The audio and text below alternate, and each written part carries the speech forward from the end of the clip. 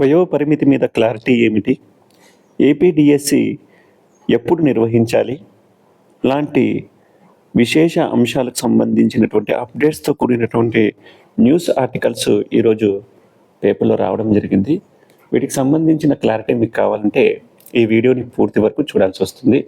So Andhraprabha main ఆర్టికల్లో వచ్చినటువంటి న్యూస్లో చూస్తే 4 లక్షల మంది అభ్యర్థులను దృష్టిలో ఉంచుకుని ప్రభుత్వం డిఎస్సి నోట్ మ్యాప్ను విడుదల చేయాలని పీడీఎఫ్ ఎమ్మెల్సీ కేఎస్ లక్ష్మణ్ రావు గారు కోరారు.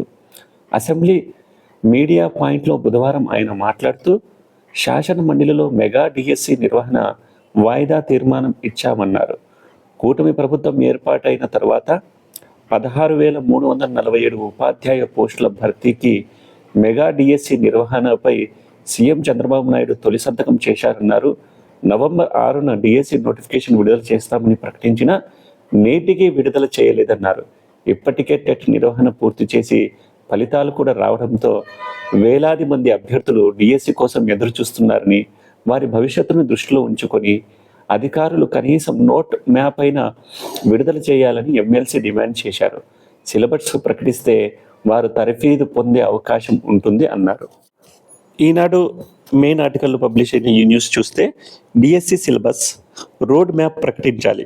PDF MLC I Venkateswararao Lakshmanarao గారు డిమాండ్.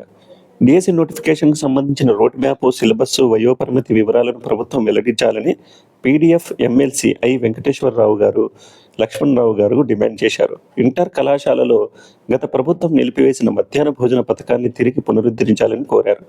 అసెంబ్లీ ప్రాంగణంలోని మీడియా పాయింట్ వద్ద బుధవారం వారు విలేకరులతో మాట్లాడుతూ నాడు నేడు 2వ దశ పనులు పూర్తి చేయాలి, ప్రభుత్వ పాఠశాలలో మౌలిక వసతులు కల్పించాలి, బుడమేరు వరదలకు ఆక్రమణలే ప్రధాన కారణం, దానిపైన ప్రభుత్వం స్పష్టమైన ప్రకటన చేయాలని వెంకటేశ్వర్లు అన్నారు. శ్రీకాకుళం, ప్రకాశం, నెల్లూరు, అనంతపురం జిల్లాల్లో హెచ్జిటి పోస్టుల సంఖ్య పెంచాలని లక్ష్మణరావు గారు డిమాండ్ చేశారు. ఇప్పటికే టెట్ పరీక్ష నిర్వహించారు, ఫలితాలు కూడా వచ్చాయి. సుమారు 4 లక్షల మంది అభ్యర్థులు భవిష్యత్తు దృష్టిలో ఉంచుకొని అధికారులు రోడ్ మ్యాప్ను సిద్ధం చేయాలి. ఎస్సీ వర్గీకరణ జరిగాక డిఎస్సి నోటిఫికేషన్ ఉంటుందన్నారు. దీనిపైన స్పష్టత ఇవ్వాలని లక్ష్మణరావు గారు డిమాండ్ చేశారు. సో ఈ న్యూస్ ఆర్టికల్స్లో చూస్తే ఏ జిల్లాల్లో అయితే కనుక మనకు తక్కువ పోస్టులు ఉన్నాయో అలాంటి జిల్లాల్లో పోస్టులు పెంచాలని పీడీఎఫ్ ఎమ్మెల్సీ గారు ప్రకటించడం జరిగింది.